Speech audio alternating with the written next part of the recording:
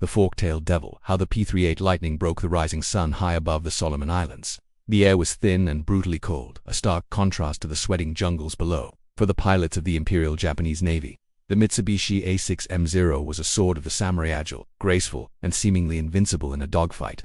They had swept the skies clear of Allied resistance for months, dancing circles around sluggish American Wildcats and P-40s. But in late 1942, a new shadow fell across the Pacific. It didn't look like a conventional fighter. It had two screaming engines, a strange twin-boom tail, and a silence that was almost ghostly before it roared into a dive. It didn't turn with a zero. It didn't have to. It struck from above like a thunderbolt, disintegrated its target with a concentrated buzzsaw of lead, and vanished back into the stratosphere before the Japanese pilots could even bank their wings. They called it Enihiki, no Hikoki, two planes, but soon they would whisper a different name with dread. The Fork-tailed Devil. This is the story of the Lockheed P-38 Lightning, the engineering marvel that turned the Pacific Ocean into a graveyard for the Japanese Air Force. The Pacific Predicament. Breaking the Zero's grip. In the early days of the Pacific War, the Allies faced a terrifying reality. Their aircraft were technically inferior. The Japanese Zero was a masterpiece of lightweight engineering. It could turn on a dime, climb rapidly, and fly for incredible distances. Allied pilots who tried to turn and burn with Zeros usually ended up in flames. The confidence of the Japanese aviators was absolute. They believed they possessed the superior machine and the superior spirit. The U.S. Army Air Force's USAAF needed a game-changer. They didn't just need a better plane, they needed a completely different kind of plane. They needed speed, altitude, and, crucially for the vast Pacific theater, range.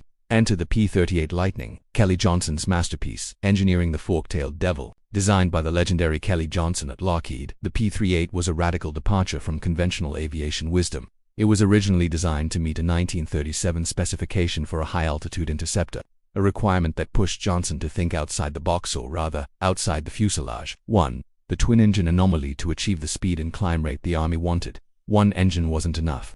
Johnson utilized two Allison V1710 liquid-cooled V12 engines. This provided redundancy. If one engine was shot out or failed over the vast empty Pacific, the pilot could still limp home.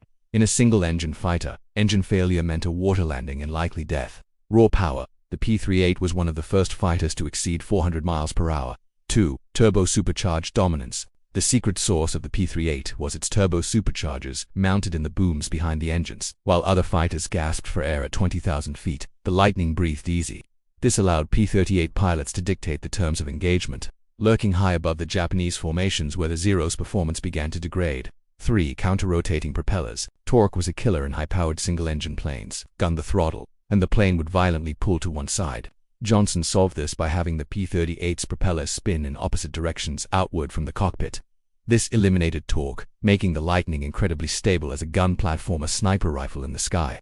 Engineering note. The P-38 also introduced tricycle landing gear to American fighters, making taxiing and landing significantly easier and safer compared to the tail-draggers of the era. The centerline sledgehammer.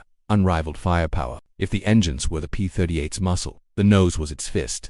In almost every other fighter of World War II, like the P-51 Mustang or the Spitfire, machine guns were mounted in the wings. This created a problem called convergence.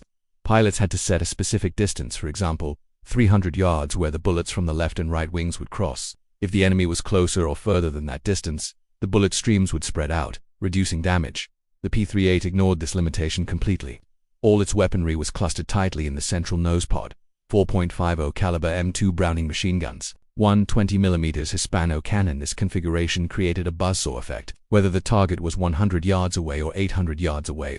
The stream of fire went straight forward in a focused column of destruction. A P-38 pilot didn't need to spray and pray. He just needed to get the enemy in his sight picture.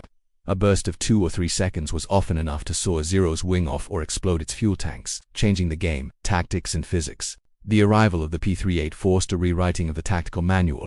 Early encounters were shaky, as American pilots tried to dogfight the nimble Japanese planes. But once they understood the Lightning's strengths, the slaughter began. The boom and zoom P-38 pilots learned never to turn with a Zero. Instead, they utilized energy tactics. The climb, used superior climb rates to loiter high above the enemy. The dive, boom, dive at high speed on an unsuspecting target. The P-38's heavy weight and aerodynamic cleanliness made it dive like a brick in a good way. The lightweight Zero could not follow without its wings snapping off. The attack unleashed the nose-mounted weaponry. The escape zoom used the accumulated speed to zoom back up to altitude untouched. The Lindbergh factor. Surprisingly, Civilian aviation hero Charles Lindbergh played a crucial role in the P-38's Pacific dominance. Visiting the theater as a civilian technician, he taught pilots how to manage their fuel mixtures and throttle settings. He showed them that by lowering RPMs and increasing manifold pressure, they could extend the P-38's range significantly. Suddenly, the P-38 wasn't just an interceptor, it was a long-range escort. It could accompany bombers deep into enemy territory, places the Japanese thought were safe. The psychological impact of seeing American fighters appearing over distant bases was profound. Operation Vengeance, the ultimate proof, the defining moment of the P-38's career and perhaps the most significant individual aerial mission of the war, came on April 18, 1943. American intelligence had decrypted a message detailing the itinerary of Admiral Isoroku Yamamoto, the architect of the Pearl Harbor attack. He would be flying a Betty bomber near Bougainville to catch. It was hundreds of miles away, well beyond the range of any standard fighter. Only the P-38 could make the flight. 16 Lightnings, fitted with massive drop tanks, flew a wave-top-level circuitous route to avoid radar detection.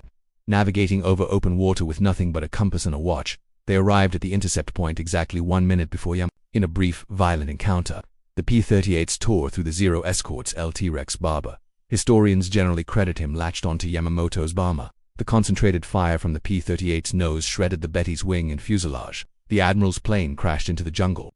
The P-38 had not just shot down a plane, it had decapitated the leadership of the Imperial Japanese Navy.